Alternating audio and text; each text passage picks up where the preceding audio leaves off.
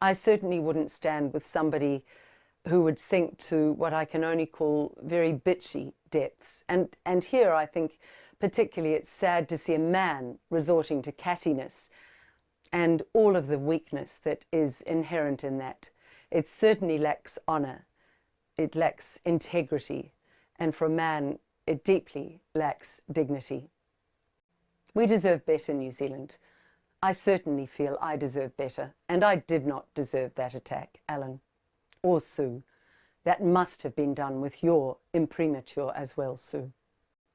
And yet here in New Zealand, we also have people sadly on the freedom side, supposedly, the freedom and the truth-telling side, who are equally lying, being venomous, being deeply dishonest and dishonourable. So here's my right of reply. I begin, though, with telling you that because of time constraints and what I want to be and the team wants, a laser focus on improving the lives of all New Zealanders through New Zealand Loyal, I choose to very seldom respond to personal and, sadly, at times predictable attacks. I'm thinking here of the ghastly mainstream media who have gone after me time and time again and who I've simply ignored. But there has been a recent post made by Alan Simmons filled with malicious lies, deliberate omissions, and spiteful rhetoric. So it's one that I am compelled to address. Although Alan states that it's his personal view and not that of the party he represents, that is disingenuous. He simply cannot divorce himself from the reality that he is inextricably linked to the Outdoors and Freedom Party. His personal actions do indeed reflect upon that party. So it saddens me that someone who really is in the final stages of his life somehow believes that his vengeful diatribe aimed at defiling the name of someone he simply does not know has any merit whatsoever in the lead up to this election. It doesn't have merit. His post is one of the most vile personal attacks I have seen come out of the supposed freedom movement. And bear in mind, I have probably met Alan only twice. Whether he discussed his posted statement with Sue Gray or not is unknown. If he did, that is a bad indictment against Sue and the Outdoors and Freedom Party.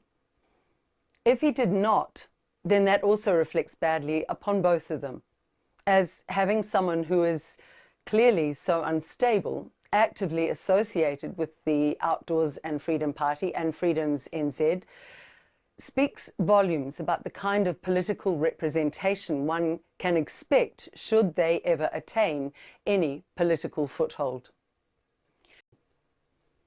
So it saddens me that someone who really is in the final stages of his life, the nasty name-calling alone from Alan now shows me that my decision to have nothing but the most cursory dealings with both Alan and Sue was, in fact, the correct decision. My gut always told me to keep a certain distance. Moreover, I did hear Sue's desperation not to have her standing in the electorate of her choice contested by any New Zealand Loyal candidate. And, to be fair, I have not called anyone from the people offering in that area as yet, while I thought about what is best for those people living in West Coast Tasman. But, well, now, stepping back from the rudeness in Alan's message, the lack of dignity, the lack of any self-control whatsoever by Alan in his vitriolic vomiting of lies and venom towards me, I am now wondering if we don't indeed need someone to stand there in that electorate and to offer the people of that electorate someone who will instead come from a background that offers a quiet dignity, a genuine service to New Zealand, and a measure of adult temperance and, of course, self-control that seems to evade what is coming out of the Outdoors and Freedom Party. Another point that Alan raises is nothing more than nonsensical dribble. It's about the policies that we are putting out at New Zealand Loyal. When I put out the policy positions for New Zealand Loyal, I can put my hand on my Bible and swear I have never once even looked at the Outdoors and Freedom Party material. I have no idea what it contains. And so his pathetic accusation of copying simply sounds to me like the cries of a petulant 2-year-old saying, "That's my toy," when in fact neither Alan nor Sue has ever, to my knowledge, even come close. For a start, they didn't know me at all. Secondly, I hadn't even discussed in detail any policies with them, let alone expressed an alignment of my thoughts with theirs.